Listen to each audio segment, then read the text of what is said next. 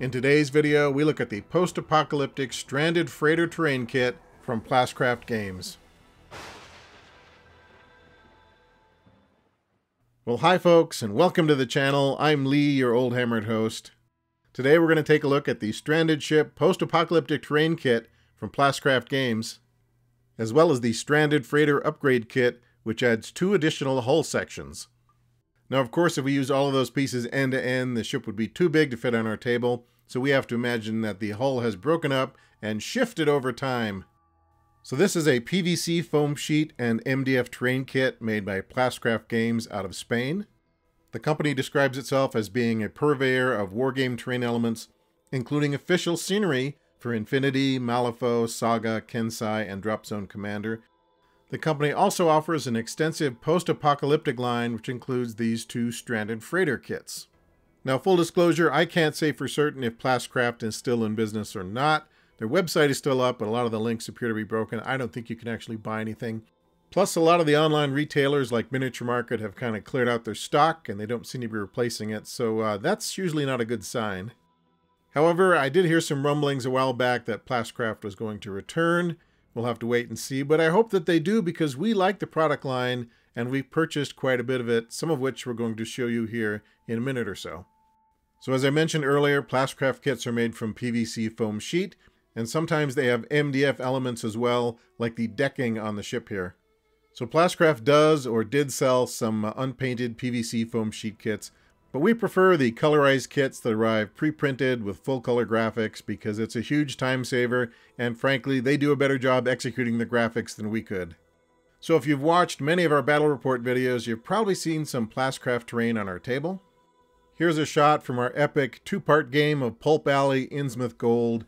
The 2 tan buildings to the front and the 1 white building to the upper right are all Plast Craft.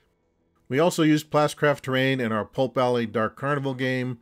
This was a big multi-box terrain set that they sold in pieces, so you might have 1 box with the carnival wagons, you might have another with the buildings from the midway, another box with the stage and the stands, and if you bought them all, you could make a pretty big carnival, because who doesn't love a scenario with scary clowns?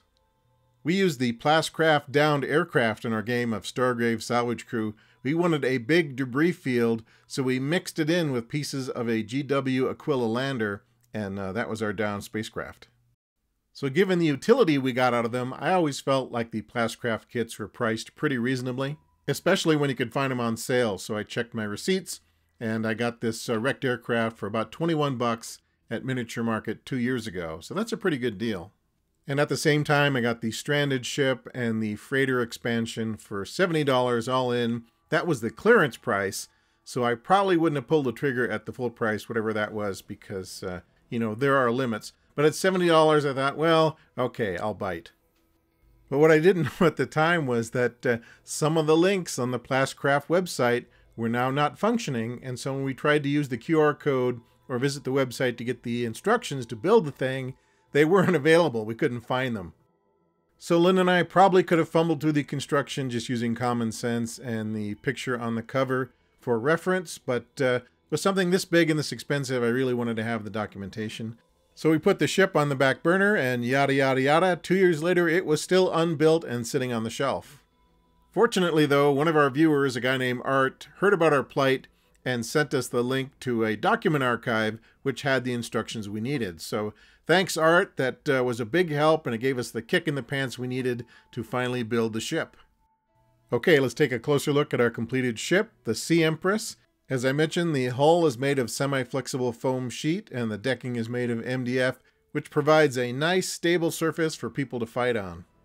So Lynn did most of the ship construction here, and she said the foam sheet and the MDF pieces were pretty easy to glue together as long as the foam sheet was relatively flat. Things became a little more complicated when the foam had to be forced into a more pronounced curve. So we had to use quite a lot of clamps to keep the foam in place while the glue dried, and then reinforce it with a lot of extra epoxy underneath. The real difficult part was this curved piece here. Somehow we were supposed to bend that foam, and in the process of trying to do that, it cracked.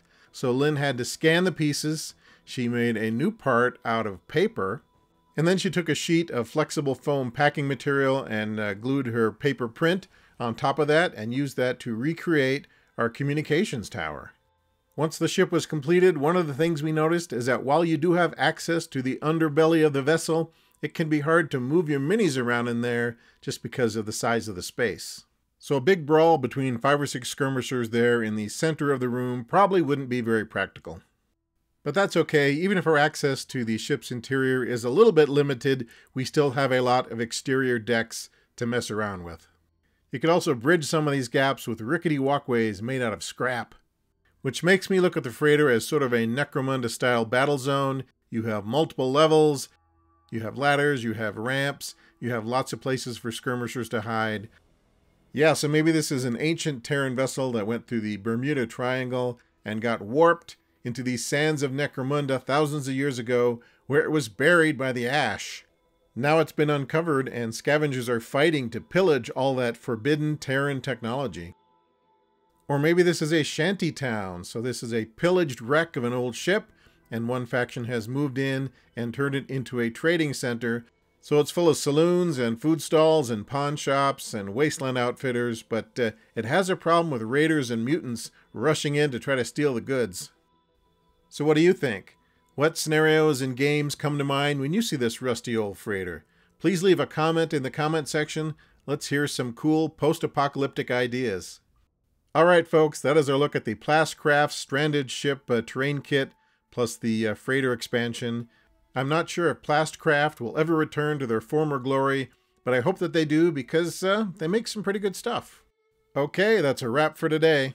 Thanks as always for stopping by. I hope you enjoyed today's video.